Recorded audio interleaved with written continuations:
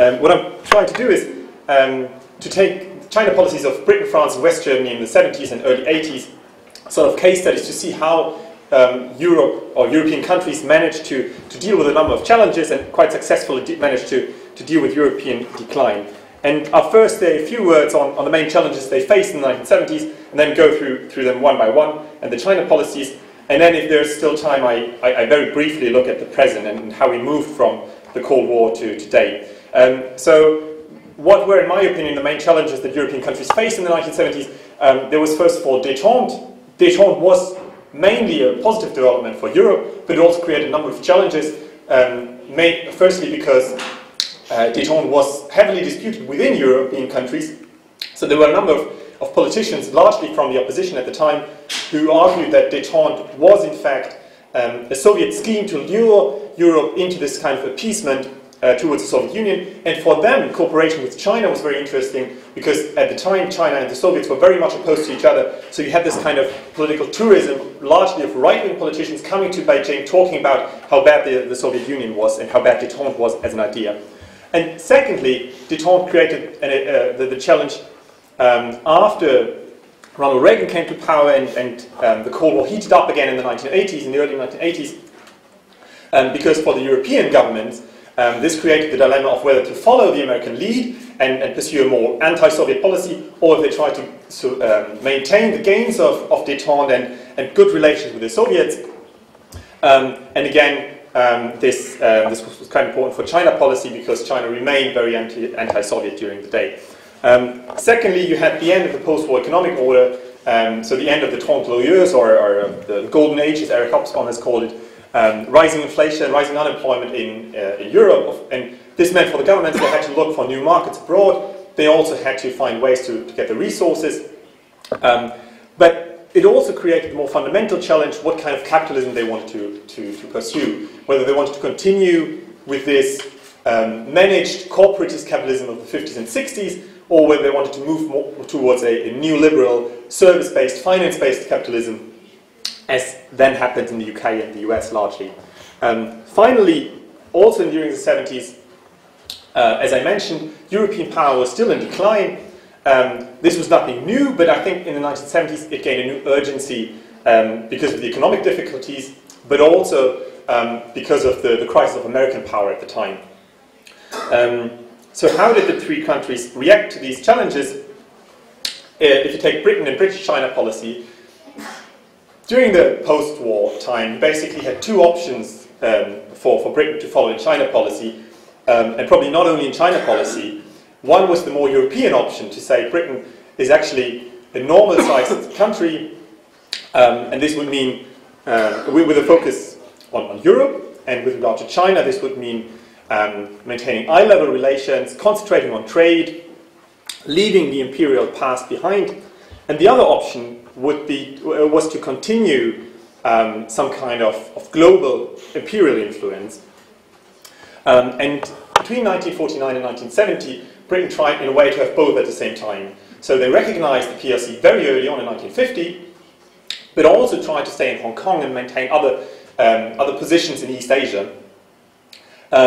And neither of this really worked, because they tried to have both at the same time. So they neither managed to have full diplomatic relations with the PRC, nor to convincingly maintain the claim to a position in East Asia. And this became very obvious in 1967, when you had heavy riots in Hong Kong, and the British basically lost control of the situation. So by the time Edward Heath came to power in 1970, it was quite clear that something new had to be tried out. And as Ilaria rightly pointed out, Heath was the most pro-European Prime Minister the UK has ever had. And for him, Europe was the future and the empire was the past. And this went down very well with the Chinese, because obviously for the Chinese at the time, European imperialism was a thing of the past. And the Chinese back then were also very much interested in European integration, because they wanted to see Europe emerge as this challenge as a kind of united bloc that could challenge the Soviet Union in the West. And so during the time of Edward Heath, relations between Britain and China improved rapidly. You had full diplomatic normalization, you had cultural exchange developing, but you also had economic exchange that was quite successful. So the British managed to score some major deals in the field of aircraft technology, like a heavily subsidized industry in Britain. This was important for the Chinese because they needed the technology, but it could also have provided a way out of the economic crisis at home, to have high-tech goods exported to China, and this could have created jobs and prosperity at home. So Sino-British relations during this period were quite dynamic, but neither Heath nor his successors managed to solve the economic problems at home. And so when Margaret Thatcher was elected in 1979, even though she, like Heath, was from the Conservative Party, she tried this different approach. With regard to China, she moved back in some ways to a sort of new imperial approach in that she tried to hold on to Hong Kong, and this led to some very serious differences with the PRC at the time. And of course, the British lost in the end and then had to give up control of Hong Kong. And I would argue after that, they were without a very clear sense of direction in their China policy. But also economically, Thatcher was quite important, of course, because she stopped subsidizing state-run industries, or industries close to the state, like aircraft technology and others, and in a way facilitated deindustrialization in Britain. And that is one reason why the UK, unlike Britain or unlike France or Germany, exported not that many manufacturing goods to China after the reform started. Instead, the British started to sell a lot of services to the Chinese, including education, with a lot of Chinese students coming into Britain and paying tuition fees.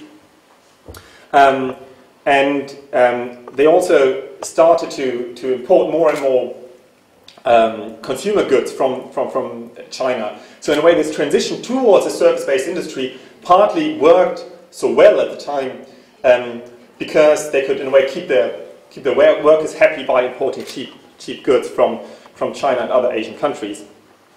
And overall, especially during the 80s and 90s, this transition was seen as quite successful, partly with the help of trade from China. So moving on to France, France too, of course, had its history of imperialism in Asia. This cartoon is quite famous, and it's from a French journal of the 1890s. And in fact, it's not criticizing Western imperialism in Asia at all, or in China at all. In fact, the argument that this cartoon is making is that France should have its share too of colonies in China. And of course, they got their share of colonies in Asia. And so in a way, they were in a very similar situation to the British after the Second World War, in having this large empire which they weren't unable to defend. And like the British, they lost the empire, but they lost it much faster and in a much more brutal way. And this forced them to sort of reconsider their role in the world by the late 1950s and early 60s. There was a time when Charles de Gaulle came to power again, and his approach, very roughly speaking, to foreign policy was that, yes, we lost our empire, we can no longer be an imperial power in the world, but because we are France, we still need to have this global influence, and we need to find other means to pursue this. And one way was to put superpower relations on a new footing. So France moves out of the military structure of NATO, slightly further away from the United States, slightly closer to the Soviet Union with their own détente policy. And in 1964, they recognize China, and France becomes the first major Western country to recognize the People's Republic. And this was important for both countries, for China and for France at the time. And so afterwards, France gives quite a high priority to its China policy. So between 1973 and 1983, in the first 10 years, 3 French presidents traveled to China. And in 1975, Deng Xiaoping comes to France on a 1-week visit.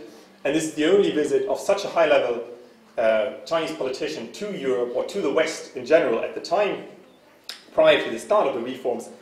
And the importance of this visit has often been overlooked, I think, for for the reforms, because it gave Deng Xiaoping, I think, a lot of inspiration of how far the West had advanced in terms of technology and so on. So you have this very much high politics approach to China policy in France at the time, but a second conclusion that de Gaulle drew from the imperial decline was that from then on, even more than before, France concentrated its efforts on a few key areas, so that diplomacy, economic policy, research policy, all that were combined and coordinated to concentrate on a few areas.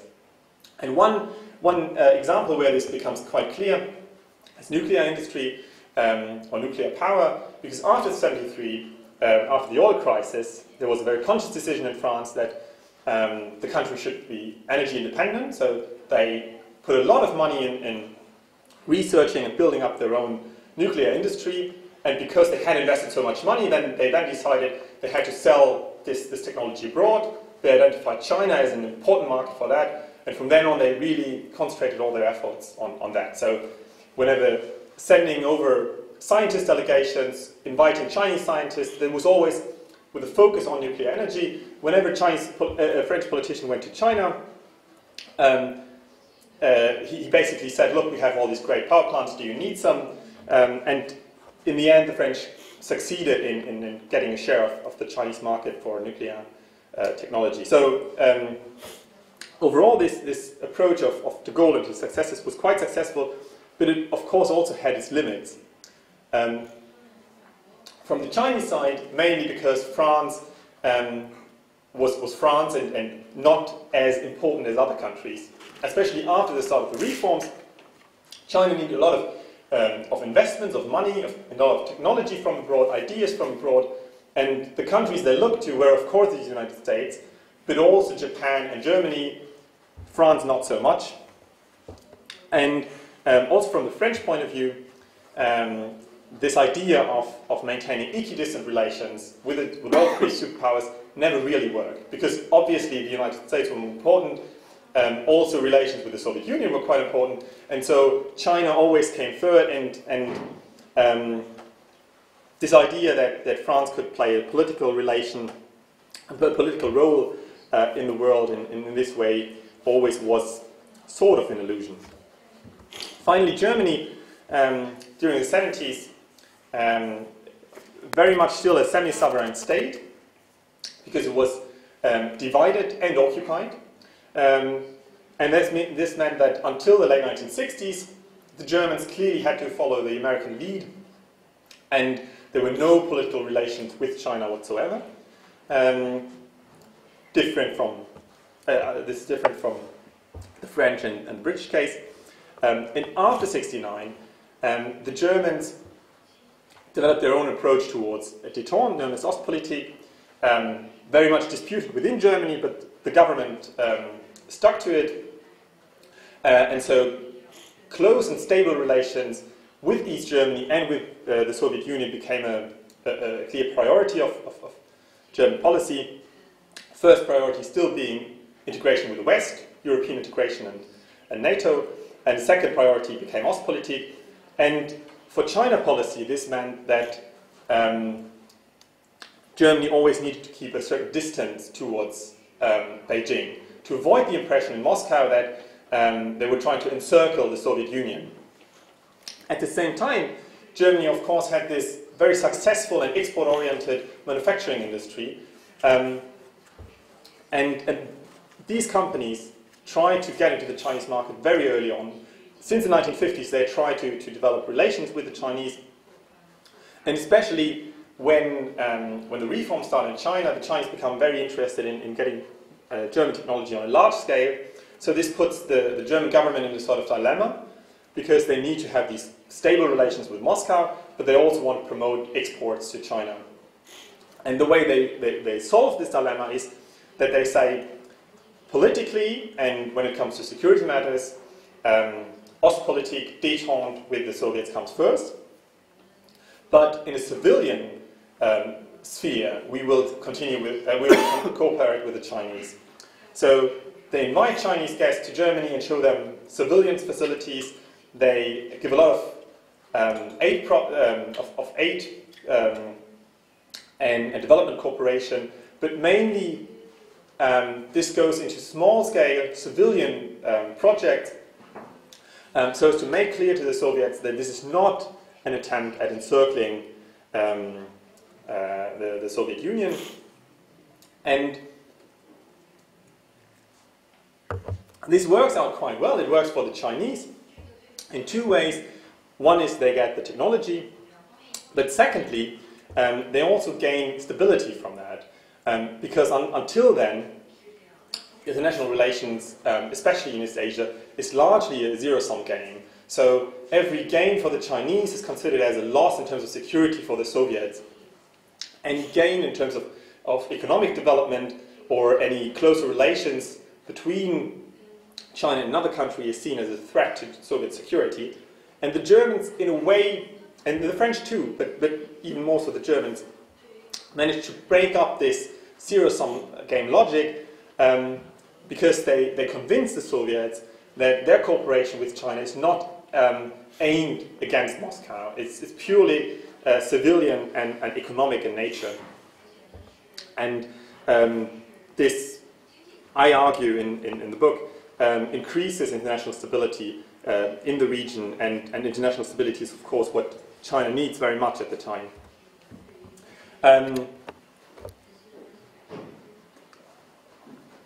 So to conclude, I would argue that with the different approaches, all three countries are quite successful in managing the different challenges I mentioned earlier. But if you move on from then to what's today, the same approaches do not work in the same way anymore. And I must add that this is a part I haven't done very much research on. This is just some thoughts I would like to share with you. And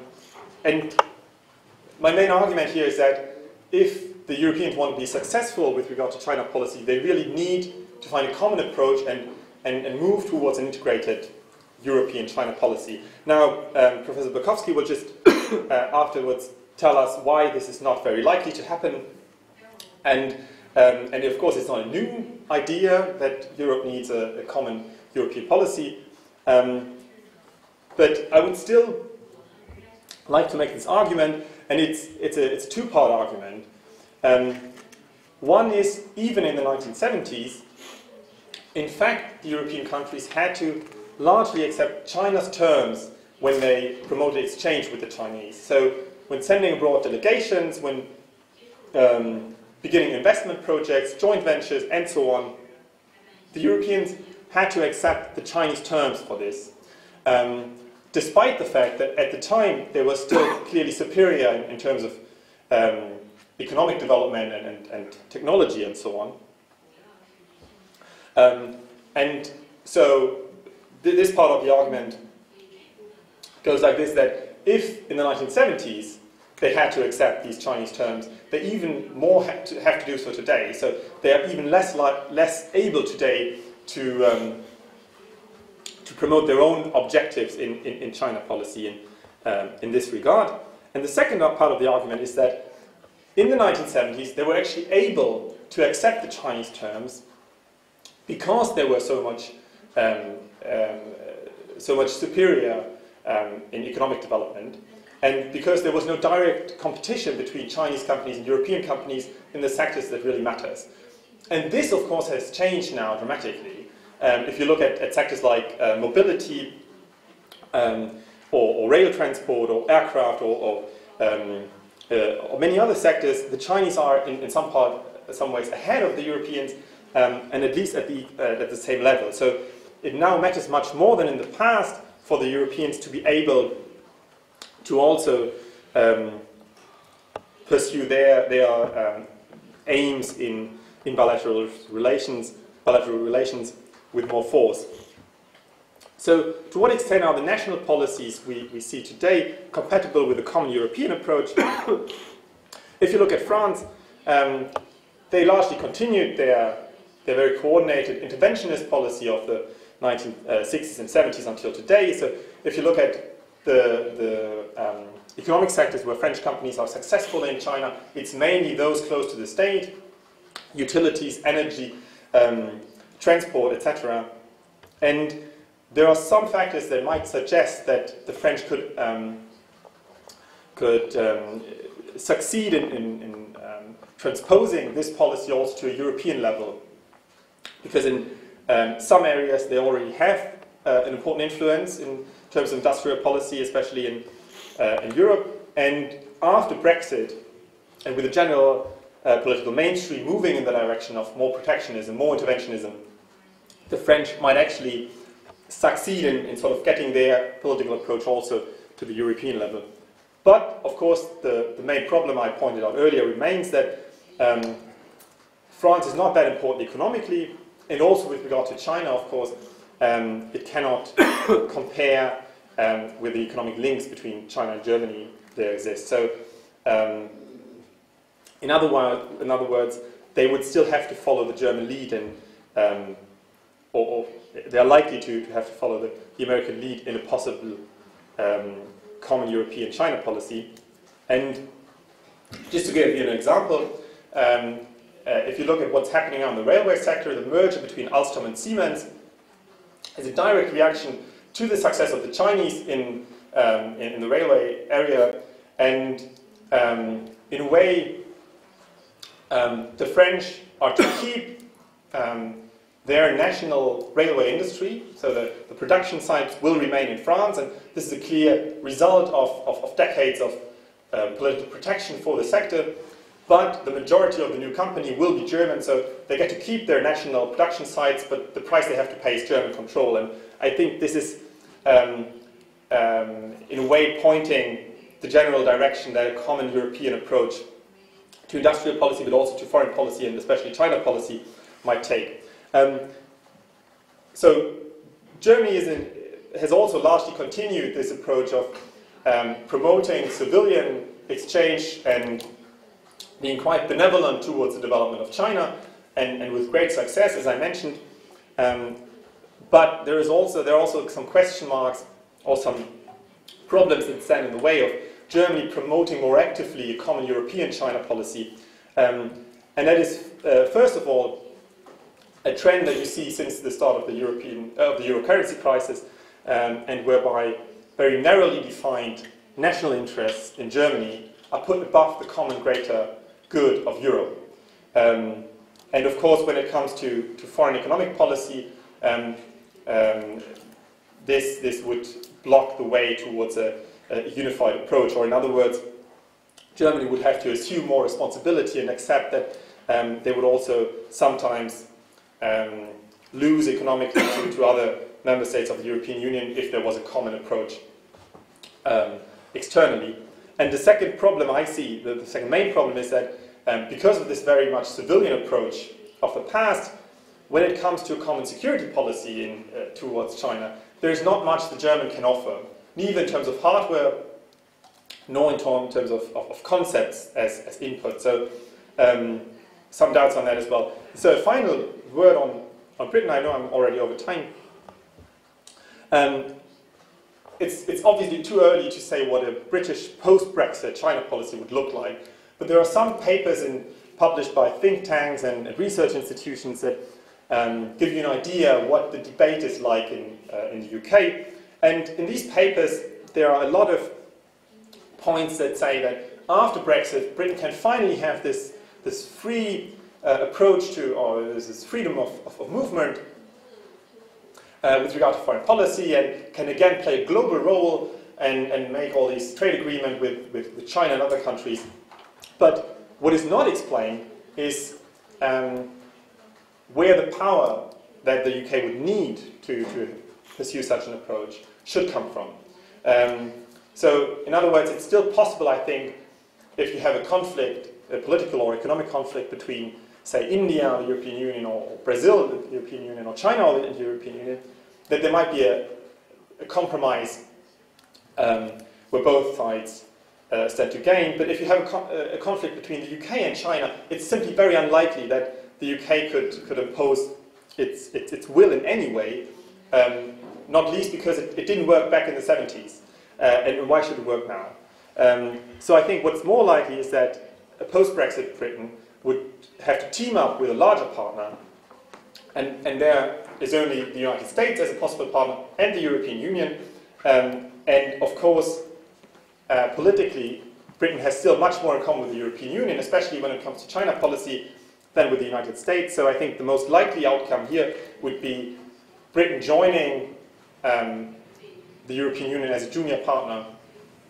And very final word, ironically, if the Europeans manage to get their act together and develop a common approach, unlikely as it is, the British might actually gain from Brexit in that sense. If they succeed in, or if they manage to join a more united European Union as a junior partner, they might actually benefit from this. So thank you very much for your attention.